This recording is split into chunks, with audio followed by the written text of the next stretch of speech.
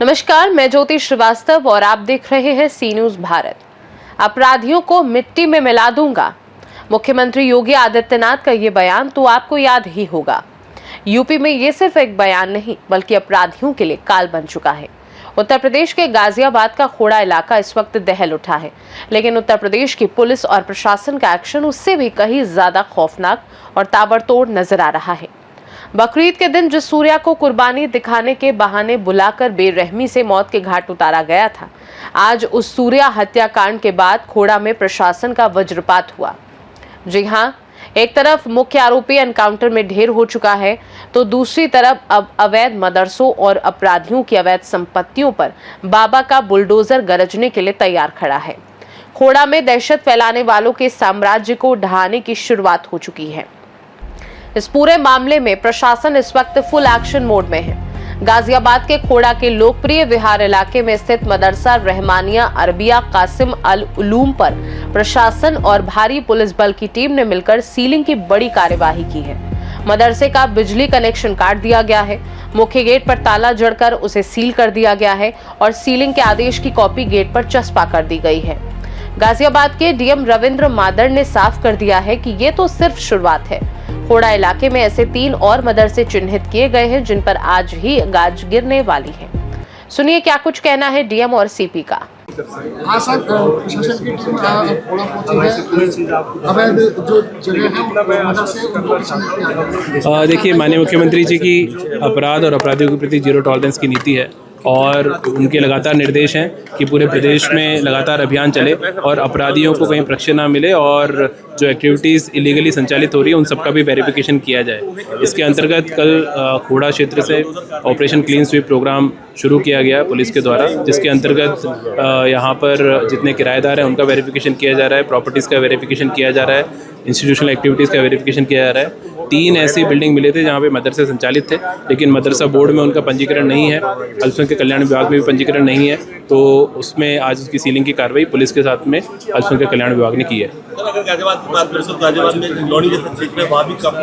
पूरे गाजियाबाद में चूँकि ये अभियान यहाँ से शुरू हुआ है, पूरे गाजियाबाद में चलाया जाएगा और किसी भी प्रकार की लीगल एक्टिविटी हो, चाहे मदरसा हो चाहे अन्य कोई एक्टिविटी हो, सभी एक्टिविटीज़ को पूरी तरह बंद कराया जाएगा, उस पर लीगल एक्शन लिया जाएगा। सर, आज कार्रवाई हुई है, क्या पूरा मामला है, कितनी मदरसे सील किए जाएंगे? इसके अलावा लगातार बदमाशों का सत्यापन भी किया जा रहा है और 3 दिन का स्पेशल ड्राइव भी चलाया जा रहा है। एक विशेष अभियान हम लोग चला रहे हैं थाना खोड़ा क्षेत्र में।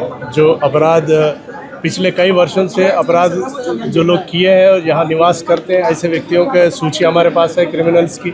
जिला प्रशासन भी साथ में यहाँ के तमाम कंस्ट्रक्शंस के बारे में जिला प्रशासन अपने जांच कर रहे हैं। जो भी नियम विरुद्ध पाए जा रहे हैं उनके खिलाफ प्रशासन नोटिस देकर जो नियमानुसार कार्रवाई किया जा सकता है वो कर रहे हैं और अपराधियों के सत्यापन के बाद हम लोग उनके खिलाफ भी नियमानुसार कार्रवाई करेंगे। सर, अब तक कितने ऐसे चिन्हित किए गए हैं अपराधी जिनके खिलाफ जो है कार्रवाई की जाएगी और किस तरह की कार्रवाई? सैकड़ों अपराधी है, जिसमें हिस्ट्री शीटर्स है, ऑर्गेनाइज क्राइम करने वाले हैं, लूट करने वाले हैं, चेन स्नैचिंग करने वाले हैं और तमाम अन्य प्रकार के अपराध करने वाले हमारे लिस्ट में है। उन सबके यहाँ हम लोग जाएंगे, सत्यापन करेंगे।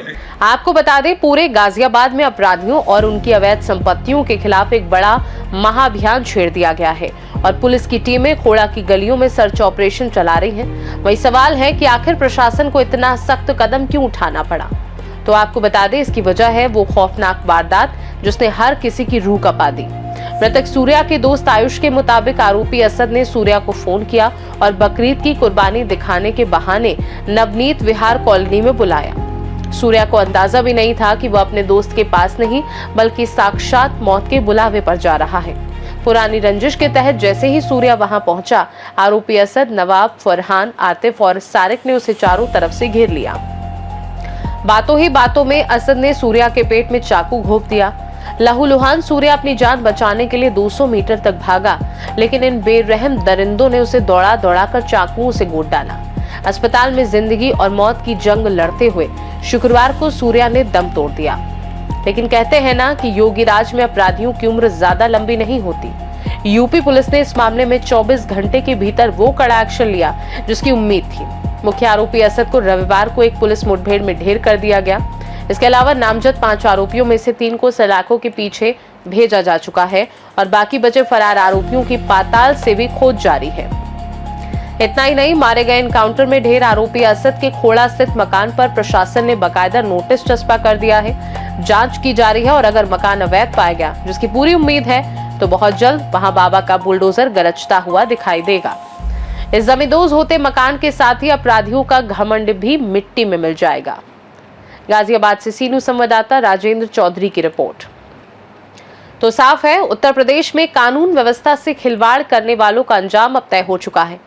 या तो अपराधी अपराध छोड़ दे या फिर उत्तर प्रदेश छोड़ दे, क्योंकि अगर उन्होंने किसी बेगुनाह का खून बहाया तो फिर पुलिस की गोली और प्रशासन का बुलडोजर उनका पता ठिकाना मिटाने के लिए तैयार खड़ा है। खोड़ा का सूर्या हत्याकांड इस बात का गवाह है कि यहाँ इंसाफ में ना तो देरी होगी और ना ही कोई ढिलाई। अपराधियों के खिलाफ ये महा एक्शन आगे भी जारी रहेगा। खास रिपोर्ट में फिलहाल के लिए इतना ही। देश दुनिया की बाकी खबरों को जानने के लिए आप देखते रहिए सी न्यूज़ भारत।